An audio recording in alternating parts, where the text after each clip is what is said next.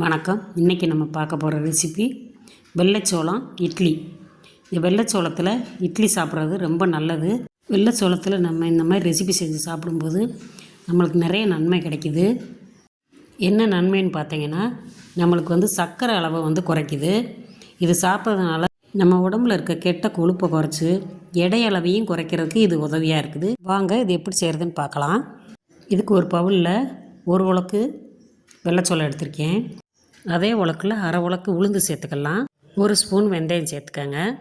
அதே உலக்கில் அரை உலக்கு இட்லி அரிசி சேர்த்துக்கலாம். இப்போ நல்லா தண்ணி ஊற்றி இதை ஒரு 4-5 முறையாக கழுவி எடுத்துக்கிடுவோம்.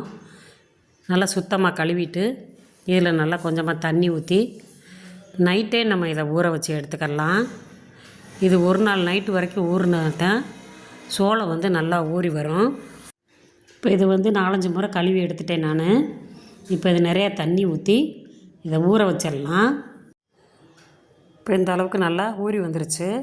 நான் கிரைண்டரில் போட்டு ஆட்டியிருக்கேன். மாவுக்கு தேவையான அளவு உப்பு சேர்த்து இதை நல்லா கரைச்சி வச்சிடலாம். உப்பு போட்டு கலந்துட்டு மாவு நல்லா புளிக்கிறது மாதிரி ஒரு 5 மணி நேரம் இதை அப்படியே வச்சுருங்க. இதை ஒரு மூடி போட்டு மூடி வச்சிடலாம். ஒரு 5 மணி நேரம் கழித்து பார்க்கலாம். இப்போ ஒரு 5 மணி நேரம் கழித்து இப்போ மாவு நல்லா புளிச்சிருச்சு. இப்போ நான் இதுக்கு தேவையான அளவு மட்டும் நான் மாவு எடுத்துக்கிறேன். கொஞ்சமாக தான் மாவு எடுத்திருக்கேன் நான். இப்போ ஒரு கடாய் அடுப்பை வச்சு ஒரு 2 ஸ்பூனு எண்ணெய் சேர்த்துக்கலாம். எண்ணெய் நல்லா காஞ்சதும் ஒரு ஸ்பூன் கடுகு உளுந்தம்பருப்பு, ஒரு ஸ்பூன் சீரகம் சேர்த்துக்கலாம். இது நல்லா பொரிஞ்சு வந்தோன்னே ஒரு கைப்பிடி அளவு கொத்தமல்லி தழை, கருவேப்பிலை சேர்த்துடலாம். இப்போ அது ஒரு பெரிய வெங்காயம் கட் பண்ணி வச்சுருக்கேன். அதையும் சேர்த்துட்டு ஒரு சின்ன தக்காளி பழமும் கட் பண்ணி வச்சுருக்கேன். அதையும் சேர்த்துட்டு ஒரு கேரட் தேங்காய் துருவியில் நான் திருவி வச்சுருக்கேன்.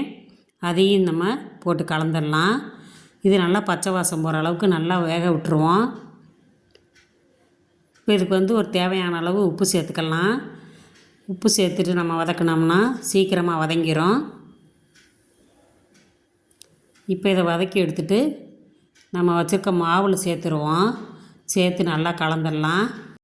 மாவை நல்லா கலந்துட்டு ஒரு இட்லி பாத்திரத்தில் தண்ணி ஊற்றி வச்சு நல்லா கொதிக்க வச்சுருக்கேன். ஒரு இட்லி தட்டில் துணியை போட்டு இட்லியை மாவை ஊற்றி வச்சிடலாம்.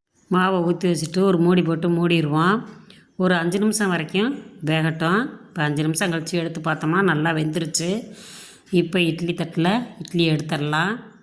பாருங்கள், ஒரு ஹெல்த்தியான இட்லி நம்மளுக்கு கிடச்சிருச்சு. இதை பரிமாறி சாப்பிட்லாம் வாங்க. இது நான் தேங்காய் சட்னி, தக்காளி சட்னி வச்சு சாப்பிட்டிங்கன்னா நல்லா டேஸ்ட் அதிகமாக இருக்கும். நான் தேங்காய் சட்னி மட்டும்தான் வச்சுருக்கிறேன். இந்த மாதிரி காலை உணவுக்கு, இரவு உணவுக்கு இது மாதிரி செஞ்சு சாப்பிட்டிங்கன்னா நல்லா ஹெல்த்தியான ஒரு உணவாக இருக்கும். இட்லி பார்க்குறதுக்கே இவ்வளோ சாஃப்டாக இருக்குது. சாப்பிட்டோம்னா இன்னும் டேஸ்ட் அதிகமாக இருக்கும். இந்த ஹெல்த்தியான ரெசிபியை நீங்களும் உங்கள் வீட்டில் செஞ்சு பாருங்கள். செஞ்சு பார்த்துட்டு இந்த வீடியோ உங்களுக்கு பிடிச்சிருந்துச்சின்னா நம்ம அமிர்தம் அம்மாள் சமையலை லைக் பண்ணுங்கள், ஷேர் பண்ணுங்கள், கமெண்ட்ஸ் பண்ணுங்கள், மறக்காமல் சப்ஸ்கிரைப் பண்ணுங்கள். உங்கள் ஃப்ரெண்ட்ஸுக்கெல்லாம் ஷேர் பண்ணி விடுங்க. தேங்க்யூ.